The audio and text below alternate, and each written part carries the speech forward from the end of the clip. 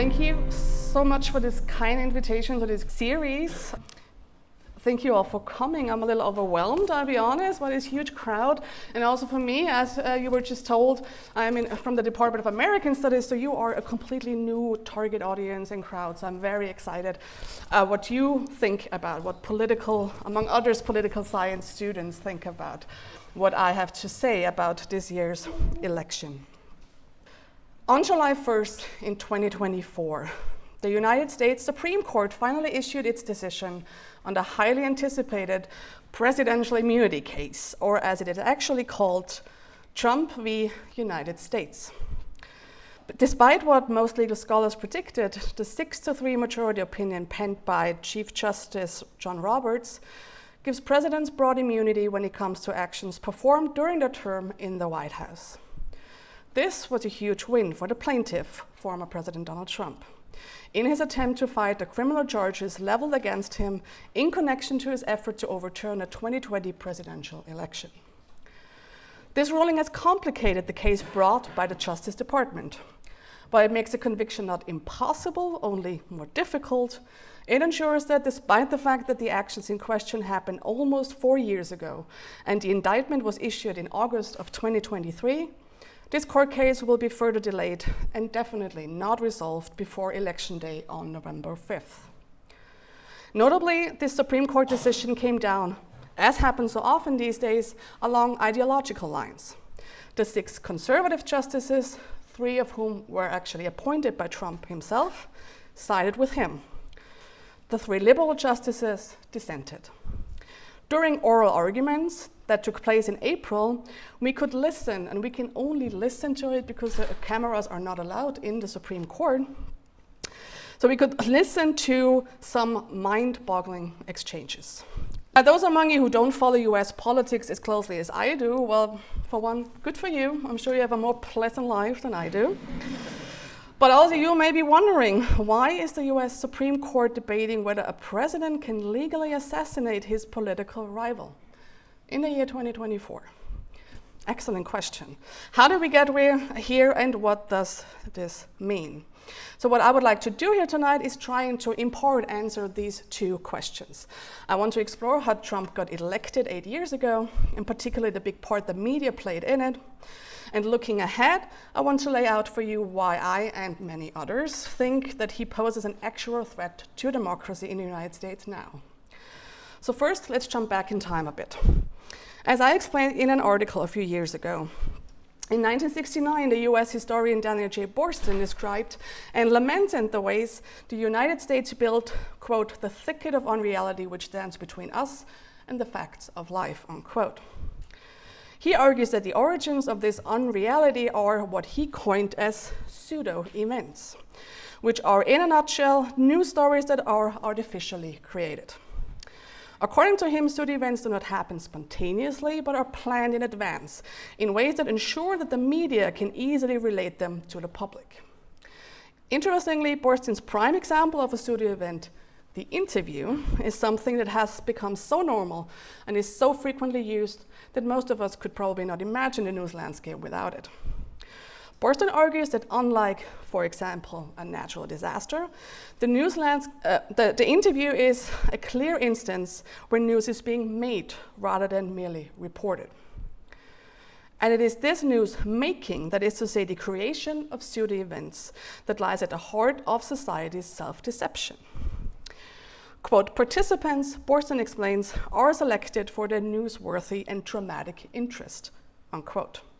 It is all about performance instead of substance, which makes pseudo events instantly more accessible to people than ordinary events.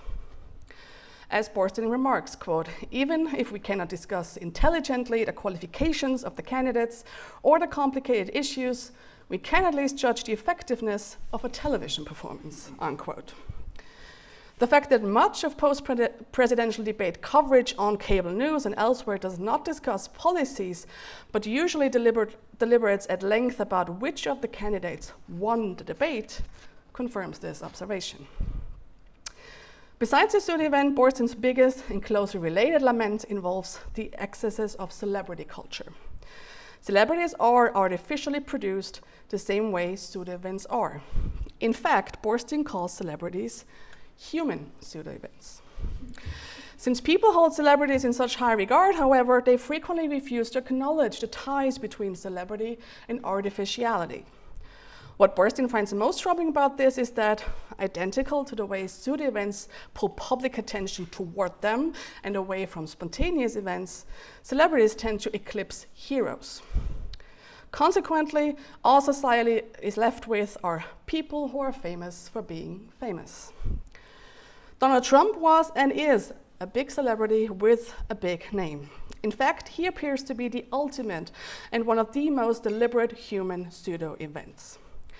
Given that he spent his entire life carefully cultivating a certain image of himself in the media that lacks any kind of footing in reality. Already in 1987, Trump published his best-selling advice tract, The Art of the Deal, in which he explains to his readers how to become as rich as he is. According to Trump biographer, as well as longtime outspoken critic Timothy O'Brien, Trump claimed he was a billionaire in a conversation with him as early as 1996 and asserted that he had increasing, albeit fluctuating, amounts of money throughout the following years. When he announced his candidacy for president in 2015, he claimed to be worth $8.7 billion. Only 1 month later, however, he upped the financial disclosure report, which presidential candidates are required to fill with the Federal Election Commission, to around $10 billion. But it was not enough for Trump to have people believe he is very rich. He is also adamant about having done it by himself. During a town hall appearance during the 2016 campaign, he boasted a small loan of $1 million. And we're talking the 1980s or something, or even earlier, right? What all this already hints at is that Trump's image of the self-made billionaire is almost entirely grounded in performance and spectacle, and not really in substance. Then in 2018, a New York Times article gave a detailed account on how Trump's own origin story of the self-made man was nothing short of fiction. Instead of the small loan, his father in fact provided him with what amounted to the equivalent of $413 million, adjusted for inflation, over 5 decades. From effectively earning a salary from his father's real estate empire since he was 3 years old, Trump could always rely on his father's support. While many of his business failures and questionable net worth had already been sporadically exposed throughout most of his career, long before his campaign announcement, such reports intensified once he became a serious presidential contender and then during his presidency. One aspect that adds to the bewilderment about Trump getting away with portraying himself as a masterful deal-maker and singular businessman for so long is that it does not actually really require investigative journalism to at least pierce that facade. He bankrupted casinos in Atlantic City and generally suffered at least 6 bankruptcies throughout his career. Additionally, by merely reviewing the many products and business opportunities that Trump has touted over the years, the smokescreen all but disappears. In no particular order, there once was a board game called Trump the Game, the men's fragrance, Donald Trump the Fragrance, men's suits from Donald J. Trump's signature collection, the bottled water Trump Ice, Trump Airline, Trump Steaks, and Trump Magazine. None of them are anymore. Trump University, yes, was entangled in a class action lawsuit in which former students accused Trump and the university of fraud. The judge approved a $20 million settlement. In another particularly shameful setback to the Trump empire, Donald J. Trump Foundation, the supposed charity organization of the Trump family, was forced to dissolve under court supervision in 2018, which was the result of a lawsuit brought by the New York Attorney General. And yet, despite all these and more, trust me, failures and uncovered lies, Trump's image as business tycoon has remained largely, and for his supporters, evidently completely intact. As this brief survey of Trump's life as a businessman illustrates, his image as self-made billionaire, unmatched deal maker, and real estate mogul is not grounded in reality. Therefore, in a way, he is really only known for being a self-made billionaire, an unmatched dealmaker, and real estate mogul. Of course, reality matters very little when reality television comes into play. All of Trump's self-marketing culminated in 2004, when The Apprentice premiered. For those of you who aren't familiar, the simple premise of The Apprentice was that a group of contestants compete by doing business-related tasks. In each episode, one of them is eliminated at the end, which gave Trump his very own catchphrase. Well, when you may look down on this show, considering this kind of competitive reality television as one of the lowest forms of entertainment, I would, it should not be underestimated just how much of an impact The Apprentice had on Trump's image and subsequent successful presidential candidacy. While he had been somewhat of a celebrity even before that, The Apprentice turned him into a big TV star right from the start. The show had high ratings, was broadcast for several seasons, and helped cement his image as a world-class businessman. Wrong as it may be. In Laurie Ouellette and Jim Hayes' analysis of The Apprentice, they use a critical verb in their description of Trump's role in the show. Quote, at the center of the series, as judge, boss, manager, series owner, and exemplar, is Donald Trump, which the series casts as arguably the most recognizable US entrepreneur and mogul of the late 20th century, unquote. The importance of this phrasing can hardly be overstated. Donald Trump was cast in The Apprentice and did not create it. He merely played the role of a highly successful businessman. The show made him look powerful, assertive, decisive, and always in charge. It was all about money and how to become rich. Now, besides this striking opening sequence, the most important scenes of the show were the ones that were set to take place in the boardroom of Trump Organization, high up in the famous Trump Tower on Fifth Avenue in Manhattan that you can see on the slide here. Misha Kafka, in her article on Trump and reality television, explains how The Apprentice featured a studio version of Trump's own boardroom. Studio version being the operative word. According to O'Brien, this was neither the actual boardroom, nor did it in any way approximate the real office space of Trump Organization that he describes as, quote, a tad run down and worn, surprisingly vacant, unquote. O'Brien furthermore, and perhaps more importantly, points out that despite its reputation, Trump Organization is in essence a fairly small operation with only a few employees. In other words, in real life, Trump was not a CEO of a huge company with board members and shareholders to answer and report to, but instead was the head of what was essentially a family business. So Trump's persona as powerful CEO, like the boardroom, was a deception made for television. To appropriate Borsten's terminology, he was a pseudo-CEO in a pseudo-boardroom. What Kafka astutely elaborates upon in her article, though, was the importance of the setup of the boardroom scenes. Trump, usually with advisors or associates by his side, always sat at the long end of a big conference table opposite the contestants, awaiting his verdict on their performance. As Kafka highlights, this is not what an actual boardroom looks like, but to Trump, this unrealistic depiction was of little importance. In fact, by the mere virtue of this television portrayal, this setup becomes familiar and therefore real. Additionally facilitated by the fact that most people do not have access to actual boardrooms. What is particularly interesting about this is that Trump himself may have believed all along, or ended up believing, that this is, in fact, how strong leaders talk to their subordinates, and brought this view all the way into the White House. In A Higher Loyalty, James Comey, the former director of the FBI, who was fired by Trump only 4 months into his presidency, describes his handful of encounters with Trump in great detail. Among other things, what struck him about their meetings in the Oval Office was that President Trump always sat behind the resolute desk, and everybody else had to sit in a semicircle on the opposite side. The reason Comey found this conspicuous was that it was contrary to the experience with the 2 other US presidents under whom he served and with whom he had meetings in the Oval Office, George W. Bush and Barack Obama. At least whenever Comey was present, neither of those 2 presidents ever sat behind the desk in order to conduct a meeting, but always chose to gather in the sitting area, with them sitting in the armchair by the fireplace. Comey assumed that they did this deliberately in order to make people more comfortable, reduce the hierarchical distance that everybody automatically has with the president, given the great authority of this office, and thus make it easier for them to tell the president the truth. Trump preferred the opposite approach, as Comey recounts, quote, "When the president sits on a throne, protected by a large wooden obstacle, as Trump routinely did in my interactions with him, the formality of the Oval Office is magnified and the chances of getting the full truth plummet," unquote. Unlike former presidents, Trump apparently felt the constant need to heighten his power and project his authority, and he did this the only way he knew how.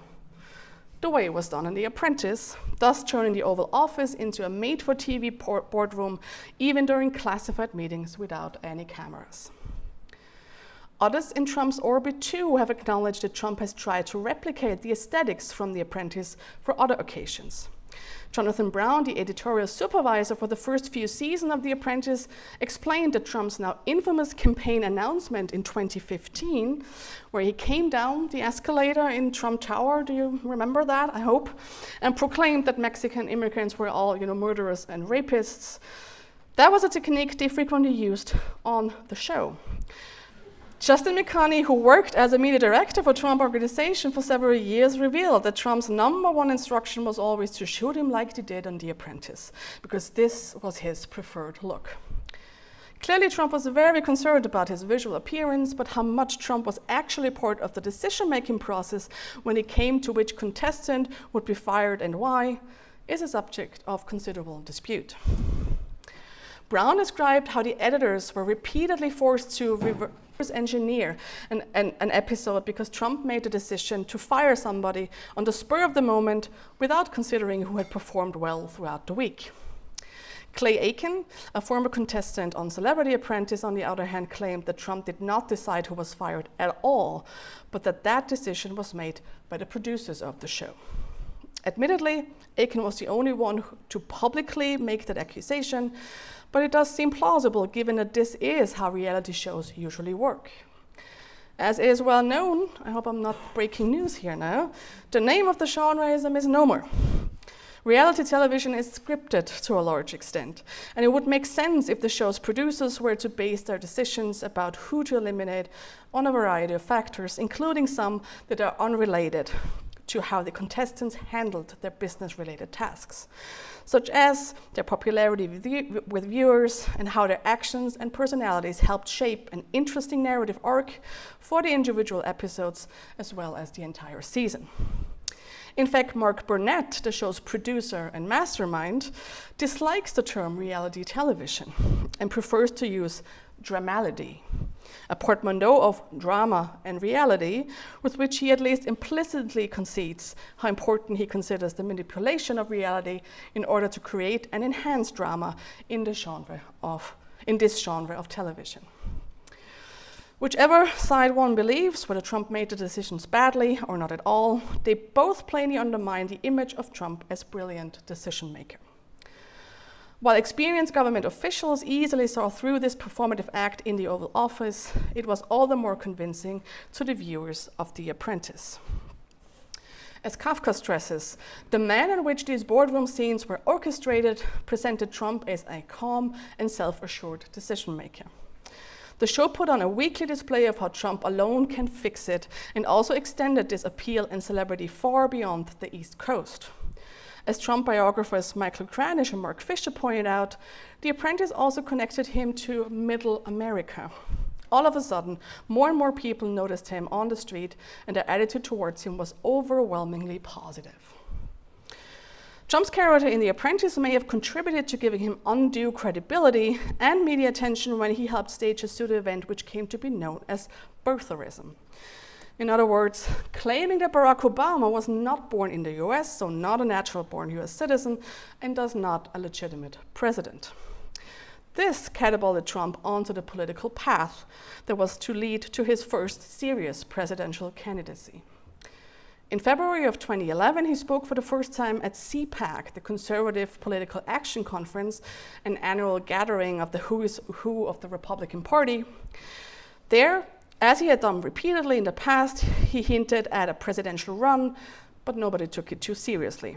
Most people thought that Trump was simply trying to use this platform to increase viewership numbers of his TV show that had suffered from a ratings decrease after so many years. What received little attention at the time, but is significant in retrospect, is that this also marked the first time Trump lent his voice to birtherism. Soon, Trump would flood the media landscape with his unfounded suspicions about President Obama's birthplace. He tweeted relentlessly on the subject and went on every television show that would have him, demanding that Obama, the president at the time, publicly release his birth certificate. And it was not just far-right fringe websites or generally conservative media outlets that helped him spread this already, at the time, repeatedly debunked conspiracy theory. One has to wonder why so many mainstream news and news-adjacent shows gave him a platform to spread this conspiracy theory they already knew was untrue. Why did they keep asking him about claims that had long been repeatedly debunked? He was not an expert in the field, whichever this field would even be, and at the time he was not even running for office yet. So why did the media give any voice to a reality television host's opinion on Obama's birthplace? The simple answer is, because it made news. And importantly, it does not matter that the host of mainstream news and talk shows challenged him, corrected his claims, and even criticized him for them. Simply by giving Trump a platform, by letting him repeat false claims and announce future shocking revelations, and by repeating these false claims and potential new allegations themselves, even in the context of disproving them, the journalists aided Trump in co-manufacturing the pseudo-event that was birtherism. Once Trump announced his candidacy in 2015, he used the same tactics and profited from the same dynamics with the media that had elevated an originally only fringe conspiracy theory to a national controversy.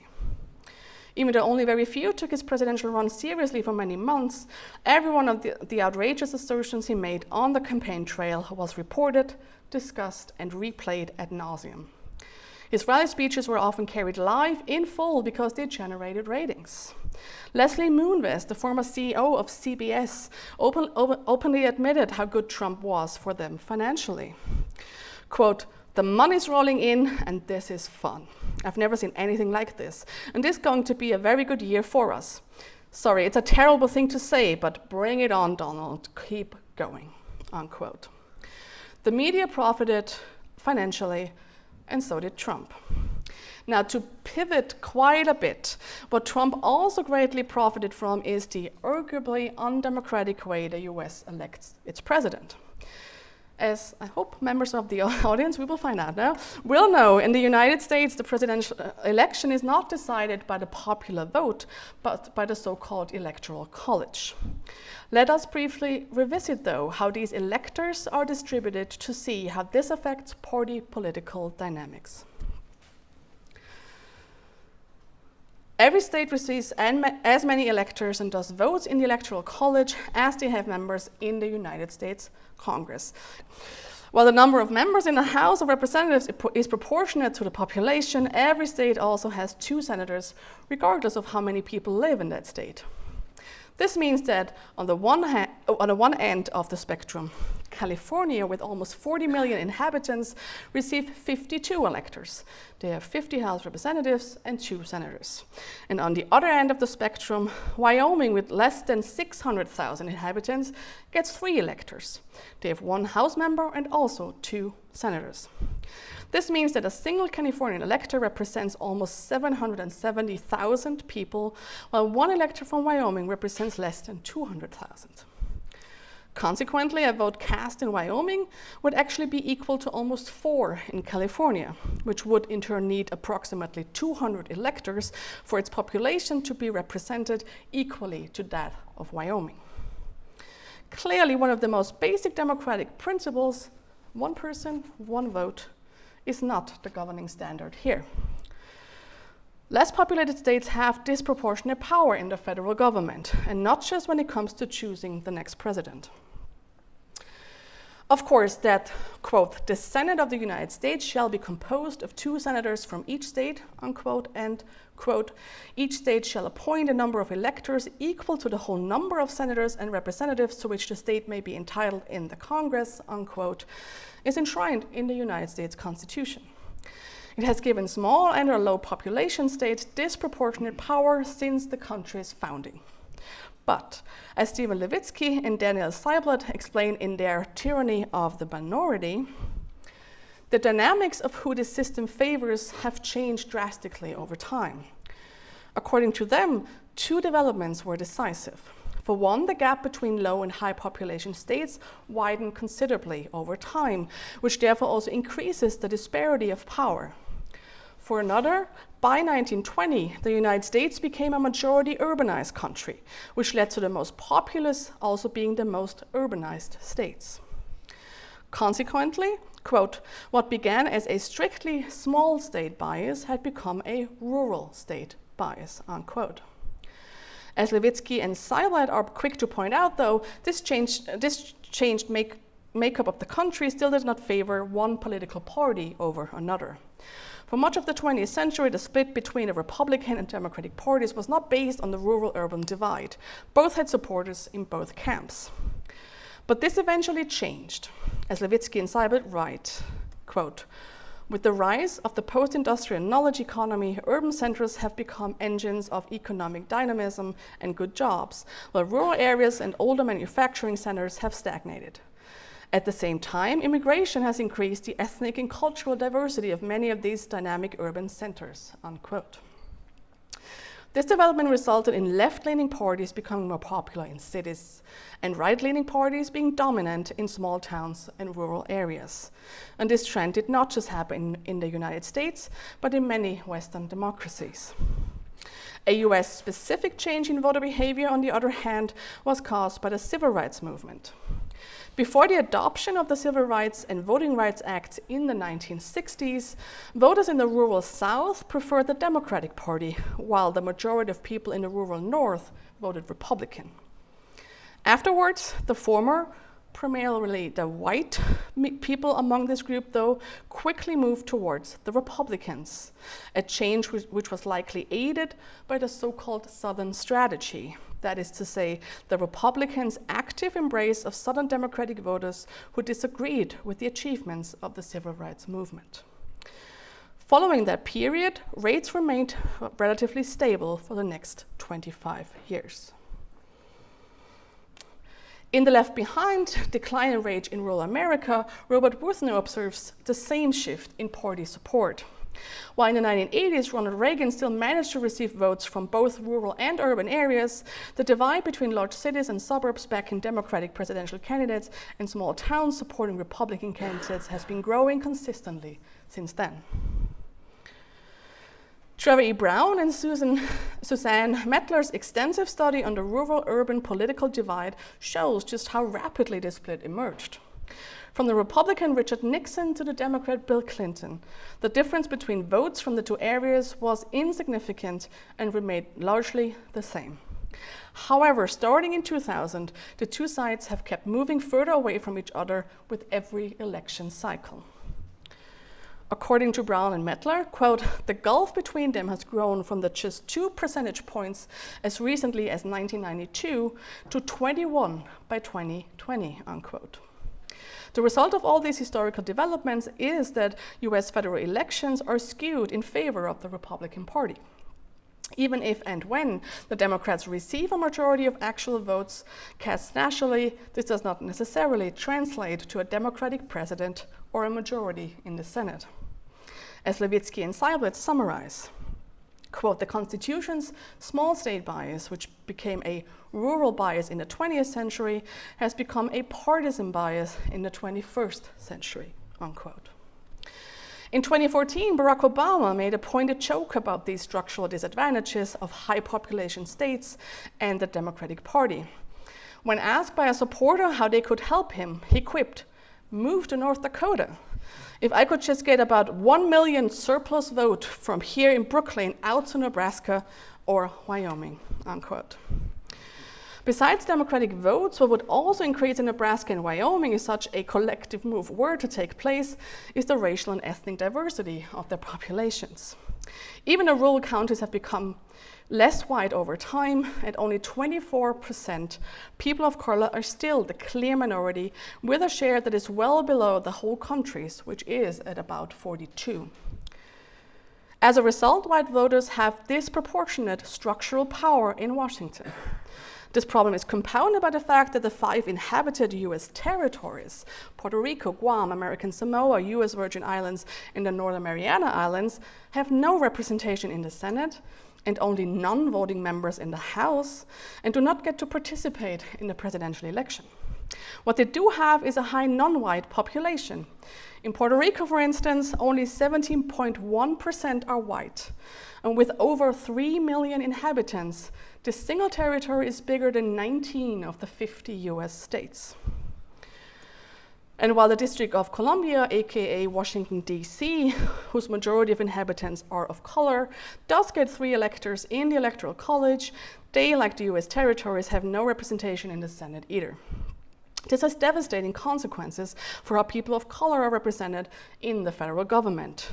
According to a New York Times report that was provocatively titled "The Senate, Affirmative Action for White People," the Senate gives, quote, "The Senate gives the average Black American only 75% as much representation as the average white American. The average Asian American has 72% as much representation as a white person, and the average Hispanic American only 55% as much," unquote. The election of Donald Trump in 2016 encapsulated all these dynamics at play.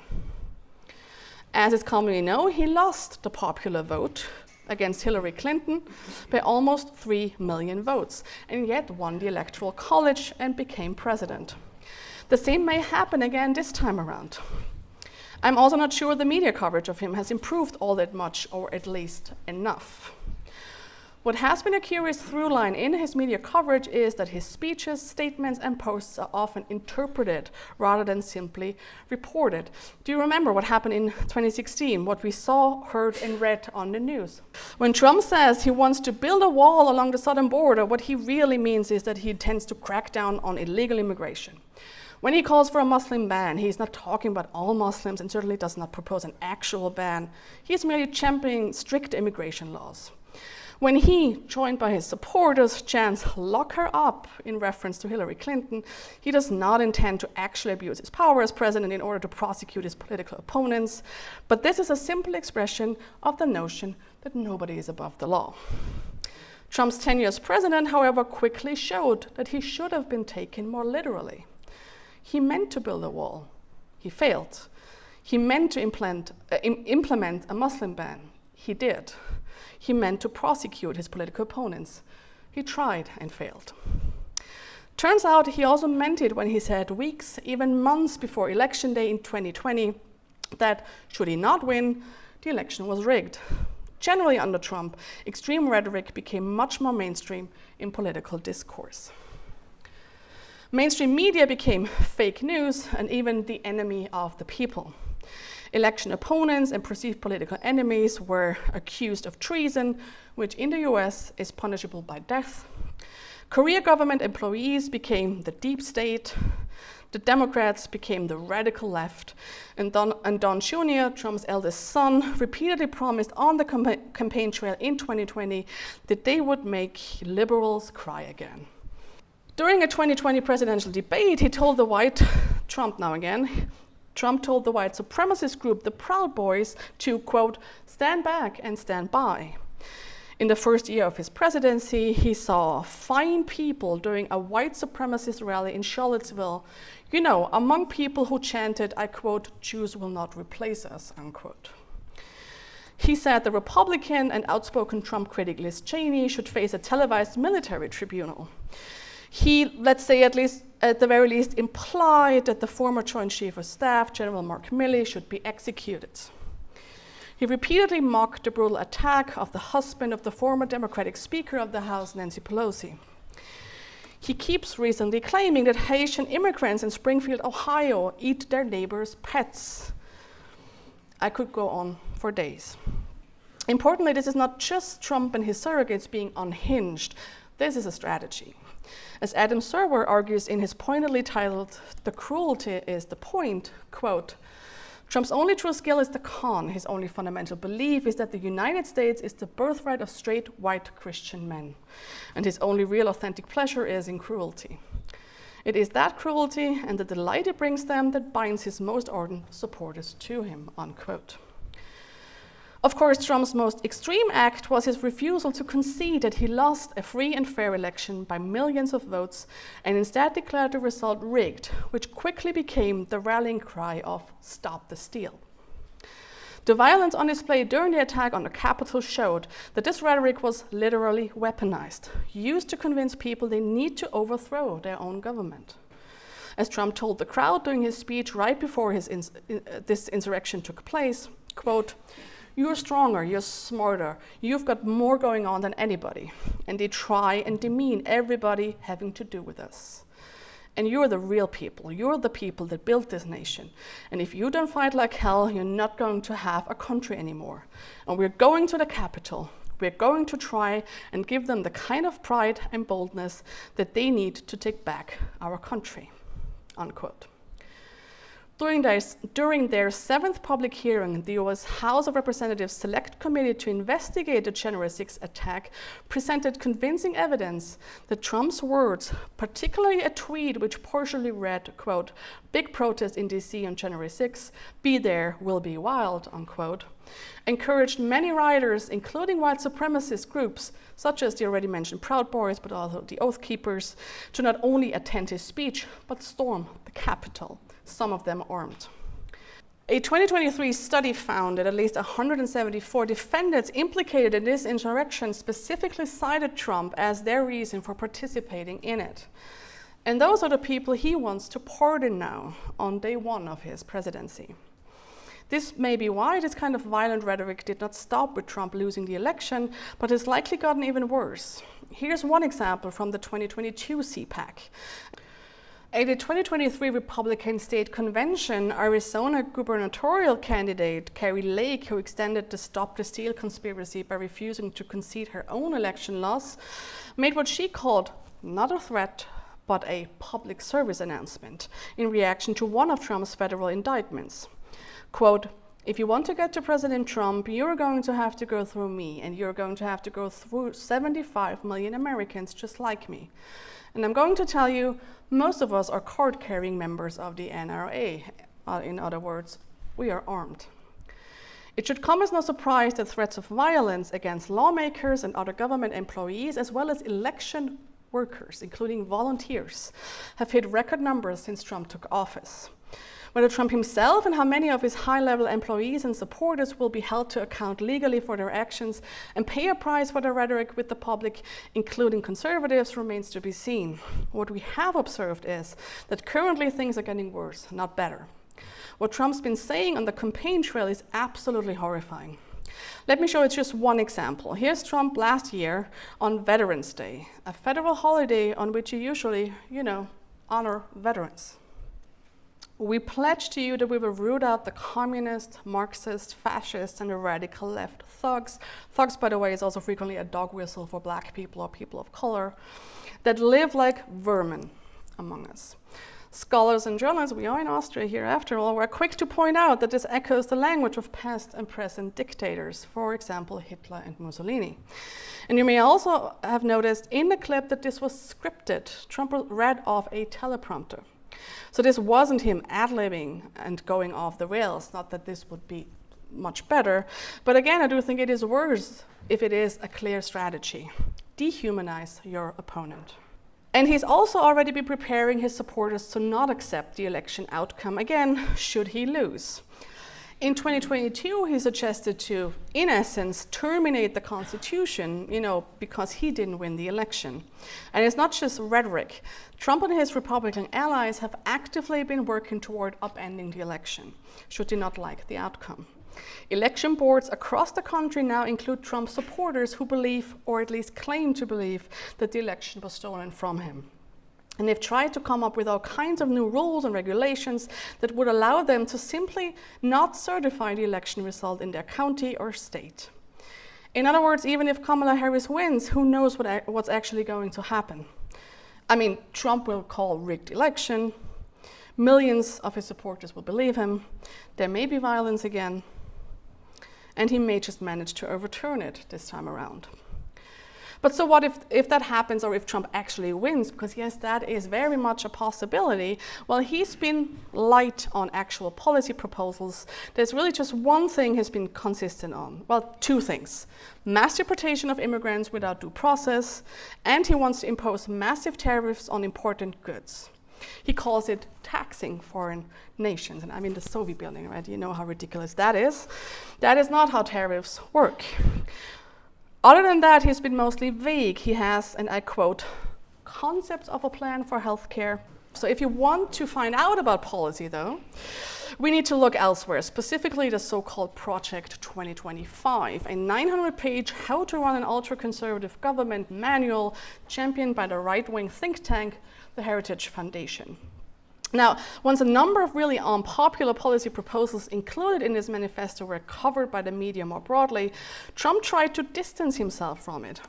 Now, despite the fact that he partly agrees and partly disagrees with a thing he knows nothing about, and wishes them good luck even though he finds some stuff abysmal, the fact that he knows nothing about this is not a very believable claim, given that at least 140 of the people involved with this manifesto worked in the Trump administration. The whole thing is up online, freely accessible, but if you don't want to read those 900 pages, let me give you some highlights. Since we are at a university, I assume all you care about education. What does Project 25 say about that? They want to abolish the entire Department of Education and essentially destroy the public school system by funneling tax money to, among others, conservative Christian schools. I hope you care about climate change. They want to break up and downsize NOAA, the National Oceanic and Atmospheric Administration, which includes, among others, the National Weather Service. Why? Because they are, quote, one of the main drivers of the climate change alarm industry, and as such are harmful to future US prosperity, unquote. Project 25 wants to prohibit the FBI from fighting disinformation on social media and turn the position of FBI director into a political appointment like cabinet members are. And in terms of reproductive rights, aka abortion, a major election issues in this election cycle, they have all kinds of ideas. The FDA, the Food and Drug Administration, should now just rule drugs used for medical abortions that they approved of as unsafe, which would mean they'd be taken off the market. So regardless of abortion policy of a state, they would not be available anymore. Generally, the notion that abortion is healthcare should be rejected, and there would be a pro-life task force to, quote, further the health and well-being of all Americans from conception to natural death, unquote. Finally, and at this point probably unsurprisingly to you, one woman married to one man plus biological children is the, quote, ideal natural family structure, unquote. Besides Project 25, we can, of course, also look at what Trump actually did during his presidency to extrapolate what he would do if he were given a second term. Doing this comprehensively would require its very own lecture or even lecture series. So let me just give you the latest two examples that were reported recently and that we didn't know about. During the heights of the pandemic in 2020, Trump secretly sent COVID tests, at a time when no country had enough of them, to Vladimir Putin. And to be clear, not to the people of Russia, for Putin's personal use. And a few days ago, two people who worked for the Trump administration revealed on record that Trump refused to give disaster relief to California, parts of which were devastated by wildfires, because it is a democratic state. It was only when it was pointed out to him that the specific areas affected were actually fairly Republican that he released financial aid. Similarly, a few years ago, news reports were published that said one reason Trump initially didn't care at all about the COVID outbreak is because it only affected New York, another liberal state.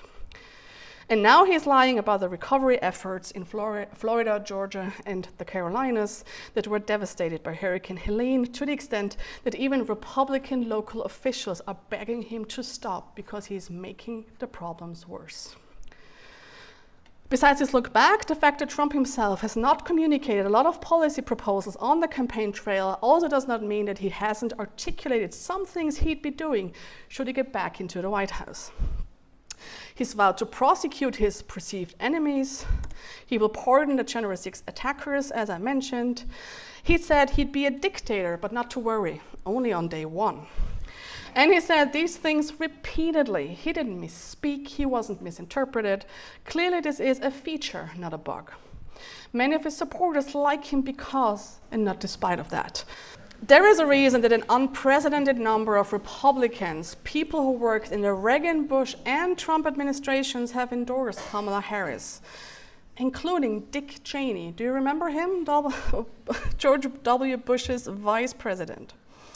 Clearly they believe this election is about more than just left versus right. I think Donald Trump's anti-democratic, unconstitutional tendencies and aspirations are pretty clear. He already tried it during his presidential term, but back then there were still some guardrails that kept him somewhat in check. In a second term, no such guardrails would exist anymore. He learned from these mistakes. He would only appoint and employ loyalists who will do whatever he says, regardless of ethics, morals, and law. Not to mention, to come back to where I started, the Supreme Court essentially gave him license to be a dictator. There's no more check on presidential power, it's almost limitless.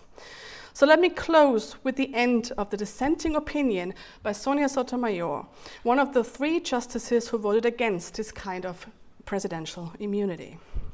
Quote, "Never in the history of our republic has a president had reason to believe that he would be immune from criminal prosecution if he used the trappings of his office to violate the criminal law. Moving forward, however, all former presidents will be cloaked in such immunity. If the occupant of that office misuses official power for personal gain, the criminal law that the rest of us must abide will not provide a backstop. With fear for our democracy, I dissent." Thank you.